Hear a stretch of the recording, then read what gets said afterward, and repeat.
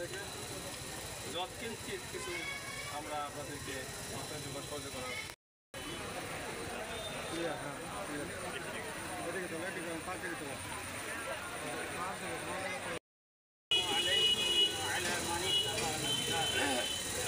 আলহামদুলিল্লাহ আসসালাতু আলা নবী। সম্মানিত জাতীয় যুবদলের অনুষ্ঠানের সম্মানিত সভাপতি উপস্থিত আছেন ভাই সহ জামাত ইসলামী নেতৃবৃন্দ এবং তিনি ভাইরা সবার প্রতি আমার আন্তরিক সালাম এবং নমস্কার। সম্মানিত তিনি ভাই, যখন মানুষ সৃষ্টি করেছেন তখন একটা কথা আল্লাহ তাআলা বলেছেন,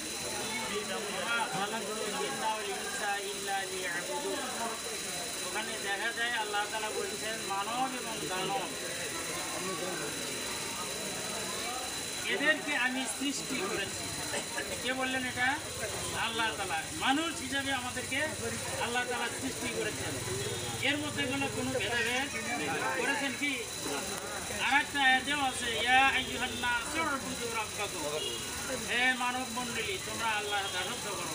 এখানেও বলেননি কোনো একটা দলকে কেন্দ্র করে, বরং বলা আছে সবাই আজকে আমরা কি মানুষ, আমাদের পরিচয় একটা মানুষ।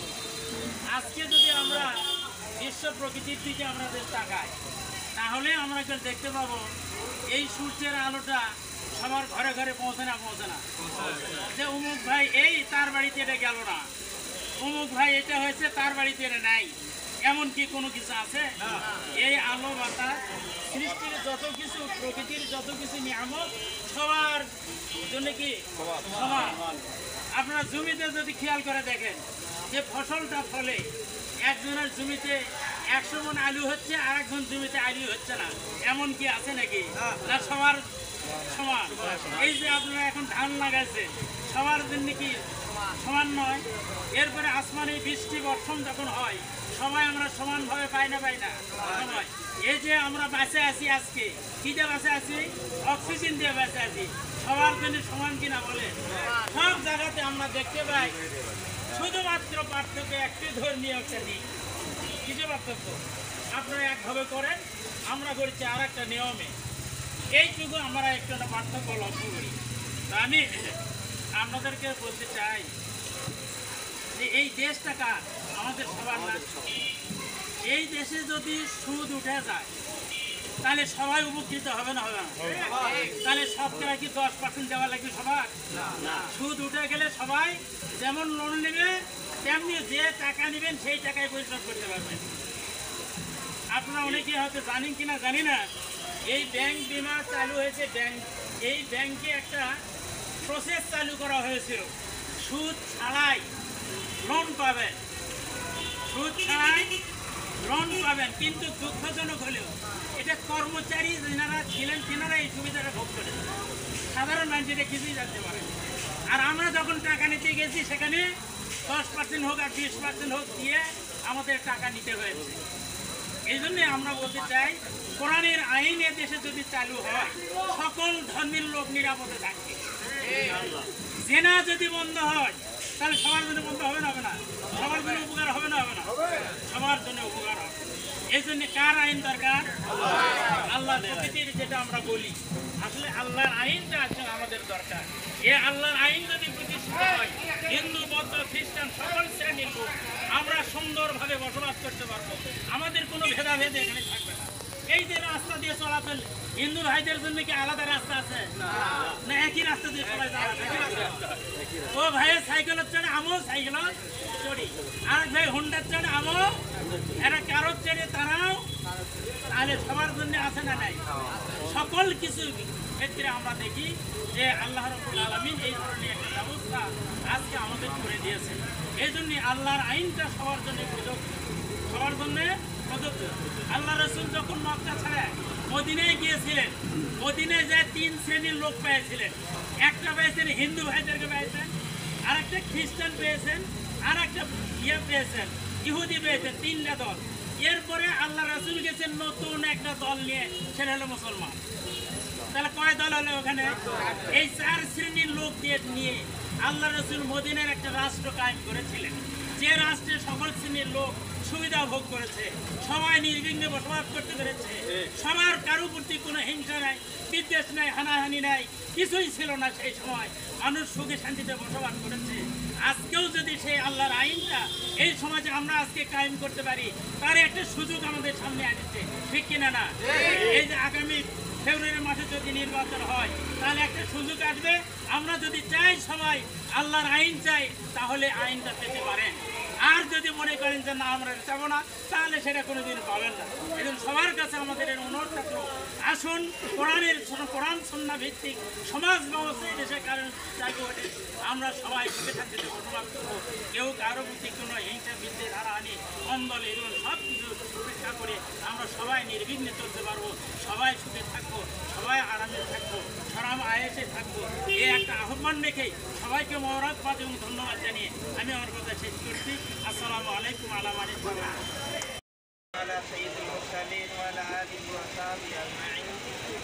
বাংলাদেশ জামাত ইসলাম হরিগঞ্জ ইউনিয়ন কর্তৃক আজকে এই পূজা মণ্ডপ পরিদর্শন এবং তৎসঙ্গে আমাদের ধর্ম অর্থাৎ সনাতন ধর্ম ভাইদের সঙ্গে মধ্যসভায় অনুষ্ঠানে উপস্থিত আছেন বাংলাদেশ জামাত ইসলাম কৃষ্ণগঞ্জ উপজেলার সংগ্রামী আমির। আসসালামু আলাইকুম মানিতামাল হুদা। এবং আমার সনাতন ভাই ধর্ম অবলম্বীদের স্বাগত শুভেচ্ছা। সম্মানিত ভাইয়েরা, আমাদের একটা জিনিস হাত আছে সাধ্য নাই, হাত আছে সাধ্য নাই। আপনাদের সঙ্গে একান্ত আলোচনা করে আপনাদেরকে অর্থনৈতিক ব্যাপারে একটু পূর্ণাঙ্গ সহযোগিতা করতে পারলে আপনারা আনন্দের সহিত এই আপনাদের ধর্মীয় উৎসব পালন করতে পারেন। কিন্তু আল্লাহ তাআলা যদি আমাদেরকে ক্ষমতার আসনে সমাসীন করেন, ইজ্জত দেন, আপনারা যদি মনে করেন সৎ এবং ন্যায়নিষ্ঠাবান ব্যক্তির প্রতিনিধিত্ব দরকার, এই চিন্তা ভাবনা মাথার ভিতরে রাখেন, দুইটা জিনিস আমরা সবাই পাবো মানুষ নামে। কারণ এই বাংলাদেশে আমরা হলাম নাগরিক সবাই, হিন্দু বৌদ্ধ খ্রিস্টান মুসলমান যত ধর্ম অবলম্বী আছি, এক বাক্যে আমরা হলাম এই বাংলাদেশের নাগরিক এবং বাংলাদেশে আমরা জন্ম লাভ করেছি, একই সূত্রে গাঁথা। সুতরাং যদি আমরা সব নেতৃত্ব পাই, তাহলে সেই জায়গা থেকে আমাদের জীবনের নিরাপত্তা, বিশেষ করে প্রত্যেক ধর্মের অনুসারী ভাইদের মধ্যে অসহায়, গরিব এবং দুঃখী কাঙ্গালি মানুষ বসবাস করে। আজকে লক্ষ্য করে আপনারা দেখেছেন, যাদের সম্পদ আছে গ্রামে গঞ্জে খবর নিয়ে দেখেন ভিজিএফ কার্ড তাদের, বয়স্ক ভাতা তাদের, যারা টাকা দিয়া এটা অর্জন করতে পারে। যাদের টাকা নাই, অর্থ নাই, এই গরিব অসহায়েরা সেখান থেকে বঞ্চিত। সম্মানিত উপস্থিতি, যদি আমরা সবাই মিলে একজন সৎ নেতৃত্বকে আমরা নেতৃত্বের আসনে সমাসীন করতে পারি, তাহলে যাদের যে হক, সেই হকটা যথাযথ পৌঁছে যাবে। কারণ আমাদের কাছে যতটুকু বয়স্ক ভাতা হোক, পঙ্গু ভাতা হোক, এরপরে প্রসূতি ভাতা হোক, ভিজিএফ কার্ড হোক, যেটাই আসুক, আমরা ঘরে ঘরে যা পৌঁছে দিই। আর অন্যেরা করে কি, অন্যেরা দোকান দেয়, কে কত বেশি দিতে পারবে তাদের দিতে হবে। সম্মানিত উপস্থিতি, ৬২টা জায়গায় আমাদের আপনাদের এই ধর্মীয় শারদীয় দুর্গা পূজা হচ্ছে, অনুষ্ঠিত হচ্ছে। প্রত্যেক জায়গায় ইউনিয়ন ভিত্তিক, ওয়ার্ড ভিত্তিক আমরা তদারকি কমিটি করে দিয়েছি। তাদের এই তদারকির জন্য আপনাদের কাছে উৎকোষ অথবা এমনকি চা নাস্তারও পর্যন্ত কেউ আবদার করতে পারবে না। আপনার আশেপাশে থেকে এই জিনিসগুলো তদারকি করতেছে। হয়তো আনুষ্ঠানিকতার মাধ্যমে আপনাদের সঙ্গে সঙ্গী হয়ে কাজ করতে পারছে না, কিন্তু লক্ষ্য করবেন পিয়নো সাহেবও আমাদেরকে এই সংগঠনকে ডাকে বলেছে, বিগত সময় দুর্দিন যখন ছিল, সেই দুর্দিনে আমাদেরকে পুলিশ পাহারা দিত আর পুলিশ আমাদেরকে খুঁজে খুঁজে ধরত। সেই সময়েও আপনাদের এই উৎসব সঠিক মতো হোক, এই কাজ আমরা করে গিয়েছি।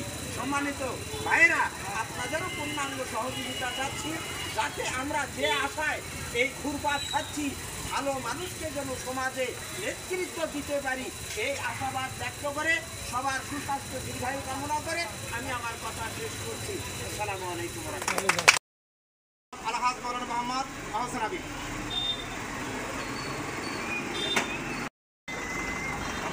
হরিগঞ্জ কেন্দ্রীয় দুর্গা মন্দিরের সম্মানিত সভাপতি সেক্রেটারি এবং কমিটি বৃন্দ,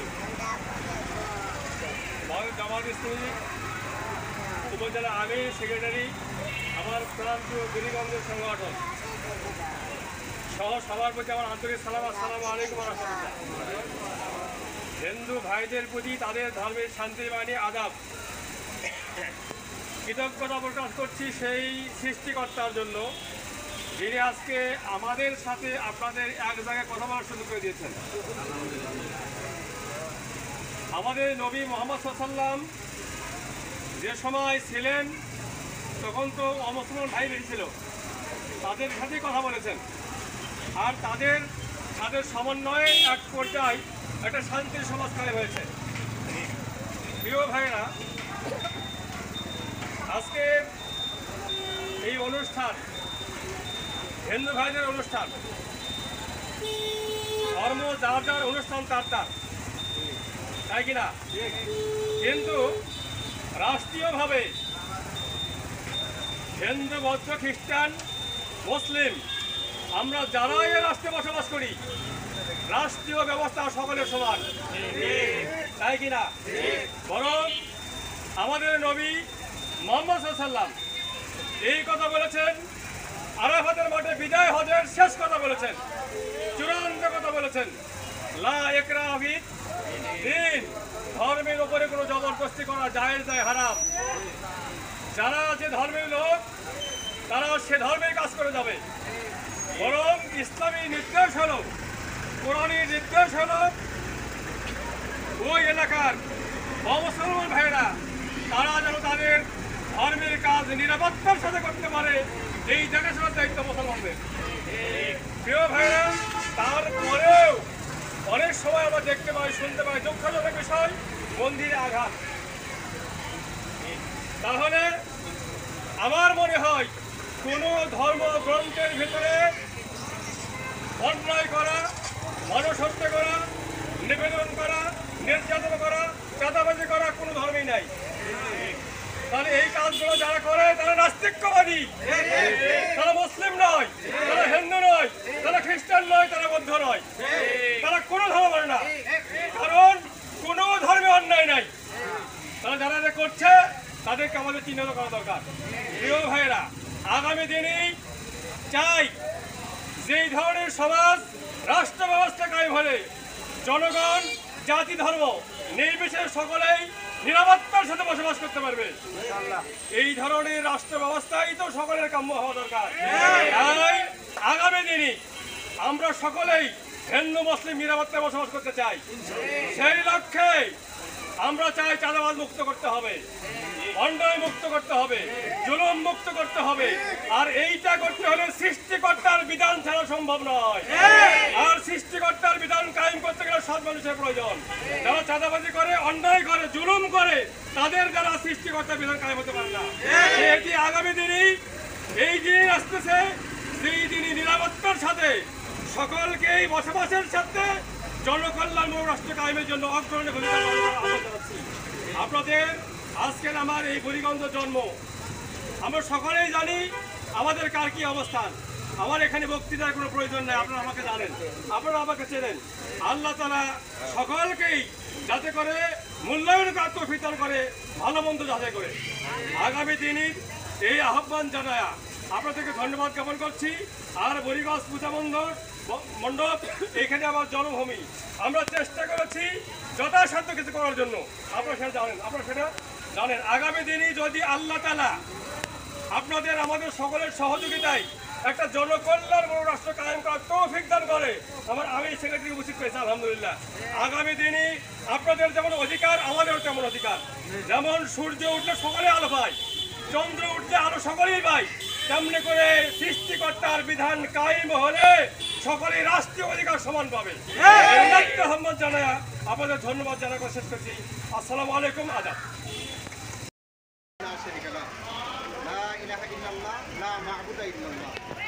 আলহামদুলিল্লাহ, আজকে শারদীয় দুর্গাপূজা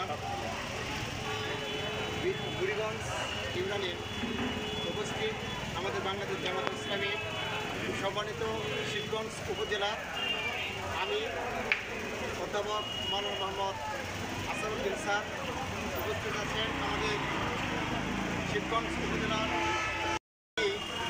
দুর্গাপূজার বুড়িগঞ্জ ইউনিয়নের অত্র মন্দিরে সম্মানিত সভাপতি সাহেব, সাধারণ সম্পাদক যারা উপস্থিত আছেন এবং শুভেচ্ছা এবং অভিনন্দন জ্ঞাপন করছি। তো আজকে আমরা এই জন্য উপস্থিত হয়েছি, সারা বাংলাদেশ জামাতি ইসলামী কর্তৃক কেন্দ্রীয় ঘোষিত বাংলাদেশের সমস্ত মন্দিরে যেন প্রত্যেকটা উপজেলায় এবং ইউনিয়ন পর্যায়ে যেগুলো মন্দির রয়েছে তাদেরকে পরিদর্শন করার জন্য আমাদের নির্দেশনা এসেছে। তারই ধারাবাহিকতায় আজকে আপনাদের মাঝে আমরা উপস্থিত হয়েছি। আপনারা জানেন, গত বছরে বাংলাদেশ জামাতি ইসলামী কর্তৃক নির্দেশনা ছিল, যেহেতু আমাদের প্রত্যেকটি আমরা যারা এই দেশে বসবাস করি তারা একে অপরের সহিত কিন্তু আমাদের ভাই ভাই একটা সম্পর্ক। বাংলাদেশ জামাতি ইসলামী কর্তৃক যাতে করে কোনো প্রকার কোনো হিন্দু ভাইদের প্রতি তাদের যেন কোনো আঘাত না আসে, এই জন্য গত বছরে প্রত্যেকটা মন্দিরে কিন্তু একটা পাহারার ব্যবস্থা করেছিলেন, যেটা আপনারা জানেন। তো আল্লাহ তাআলা বলেছেন, লাকুম দীনুকুম ওয়ালিয়া দিন, আপনাদের ধর্ম আপনাদের কাছে, আমাদের ধর্ম আমাদের কাছে। মানবিক দৃষ্টিতে মানুষ হিসাবে আমরা আপনাদের পাশে দাঁড়াবো, যাতে করে আপনাদের কোনো কেউ ক্ষতি না করতে পারে, মুসলমানের মধ্যে থেকে যেন আমাদের এখানে কেউ ক্ষতি করতে না পারে। এই জন্য আমাদের পক্ষ থেকে সার্বিক সহযোগিতা আপনাদের জন্য থাকবে ইনশাআল্লাহ।